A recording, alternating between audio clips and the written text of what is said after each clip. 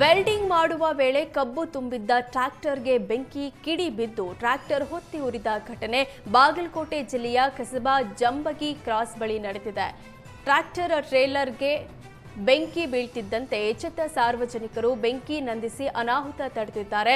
Tractor ಚಾಲಕ ಕಬ್ಬು ತುಂಬಿದ ಟ್ರ್ಯಾಕ್ಟರ್ನನ್ನ ವೆಲ್ಡಿಂಗ್ ಅಂಗಡಿ ಪಕ್ಕ ನಿಲ್ಲಿಸಿದ್ರು.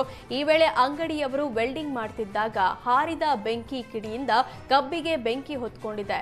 ಮುಂಜಾಗ್ರತೆಯಿಂದ ಟ್ರ್ಯಾಕ್ಟರ್ ಇಂಜಿನ್ ಅನ್ನ ಟ್ರೇಲರ್ ಇಂದ ಬೇರ್ಪಡಿಸಿ ಬೆಂಕಿ ನಂದಿಸಲಾಗಿದೆ. ಘಟನೆಯಿಂದ ಸ್ಥಳದಲ್ಲಿ ಕೆಲಕಾಲ ಆತಂಕದ ವಾತಾವರಣ ನಿರ್ಮಾಣವಾಗಿತ್ತು. ಓವ್ಯಾ ಆರ್ಟ್ ಅಕಾಡೆಮಿಯ ವಾರ್ಷಿಕ ವಿದ್ಯಾರ್ಥಿ ಚಿತ್ರಕಲಾ ಪ್ರದರ್ಶನವು ಪ್ರಸಿದ್ಧ ಕರ್ನಾಟಕ ಚಿತ್ರಕಲಾ ಪರಿಷತ್ನಲ್ಲಿ ಯಶಸ್ವಿಯಾಗಿ ನಡೆಯಿತು. ವಿವಿಧ ವಯೋವರ್ಗದ ವಿದ್ಯಾರ್ಥಿಗಳು ರಚಿಸಿದ ಮನಮೋಹಕ ಚಿತ್ರಕಲಾ ಕೃತಿಗಳು ಈ ಪ್ರದರ್ಶನದಲ್ಲಿ ಪ್ರದರ್ಶಿಸಲ್ಪಟ್ಟವು. ಈ ಪ್ರದರ್ಶನವನ್ನು ಅಂತಾರಾಷ್ಟ್ರೀಯ ಖ್ಯಾತಿಯ ತಾಳವಾದ್ಯ ವಾದಕ ಡ್ರಮರ್ ಗೋಪಿ ಹಾಗೂ ಹೆಸರಾಂತ ಪ್ರದರ್ಶನ ಕಲೆ ಸಂಸ್ಥೆಯಾದ ವರ್ಲ್ಡ್ ಮ್ಯೂಸಿಕ್ ಕಾನ್ವೆಂಟರಿಯ ಕಾರ್ಯಾಚರಣೆ ಮುಖ್ಯಸ್ಥರಾದ ವಿವೇಕ್ ಮಾಚಯ್ಯ ಉದ್ಘಾಟಿಸಿದ್ರು. ಸಾರ್ವಜನಿಕರಿಂದ ಉತ್ತಮ ಸ್ಪಂದನೆ ಲಭಿಸಿದ್ದು ಕಲಾ ರಸಿಕರಿಂದ ಈ ಪ್ರದರ್ಶನಕ್ಕೆ ತುಂಬು ಮೆಚ್ಚುಗೆ ವ್ಯಕ್ತವಾಯಿತು.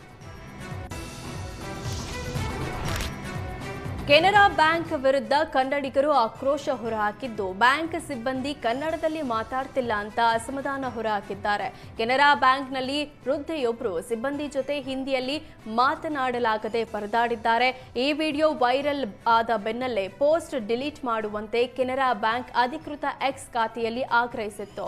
ವಿಡಿಯೋ ಡಿಲೀಟ್ ಮಾಡಿ ಅಂದಿದ್ದಕ್ಕೆ ಕನ್ನಡಿಗರು ತಿರುಗಿ ಬಿದ್ದಿದ್ದು ವಿಡಿಯೋ ಡಿಲೀಟ್ ಮಾಡಲ್ಲ, ಅದೇನ್ ಮಾಡ್ತೀರೋ ಮಾಡಿ ಅಂತ ಸವಾಲ್ ಹಾಕಿದ್ದಾರೆ.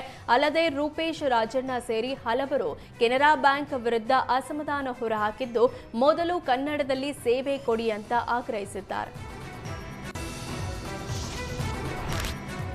ಬುರುಡೆ ಚಿನ್ನಯ್ಯಗೆ ಜಾಮೀನು ಸಿಕ್ಕರೂ ಬಿಡುಗಡೆ ಭಾಗ್ಯ ಸಿಕ್ಕಿಲ್ಲ. ಬೆಳ್ತಂಗಡಿ ಕೋರ್ಟ್ 1 ಲಕ್ಷ ರೂಪಾಯಿ ಬಾಂಡ್ ಶ್ಯೂರಿಟಿ ನೀಡಲು ಷರತ್ತು ಹಾಕಿತ್ತು. ಹೀಗಾಗಿ ಜೈಲಿಂದ ಚಿನ್ನಯ್ಯನನ್ನ ಬಿಡುಗಡೆ ಮಾಡಿಸಲು ಕೋಲಾರ ಜಿಲ್ಲಾ ಜನಪರ ವೇದಿಕೆ ಮುಂದಾಗಿತ್ತು. ಆದರೆ ಇವರು ಸಲ್ಲಿಸಿದ್ದ ಆರ್ಟಿಸಿಯಲ್ಲಿ ಲೋನ್ ಇದ್ದ ಹಿನ್ನೆಲೆ ಕೋಲಾರ ಜನಪರ ವೇದಿಕೆಗೆ ಹಿನ್ನಡೆಯಾಗಿದೆ. ಸ್ಥಳೀಯ ಜಮೀನುದಾರರು ಬೇಕೆಂದು ಕೋರ್ಟ್ ಹೇಳಿದೆ. ಕೋಲಾರ ಜನಪದ ವೇದಿಕೆ ಶ್ಯೂರಿಟಿಗಾಗಿ ಕೋರ್ಟ್ಗೆ ನೀಡಿದ ಆರ್ಟಿಸಿಯಲ್ಲಿ ಲೋನ್ ಇದ್ದಿದ್ದಕ್ಕೆ ಅರ್ಜಿ ವಜಾ ಆಗಿದೆ. ಸದ್ಯ ಚಿನ್ನಯ್ಯ ಶಿವಮೊಗ್ಗ ಜೈಲಿನಲ್ಲೇ ಕಾಲ ಕಳೆಯುವಂತಾಗಿದೆ.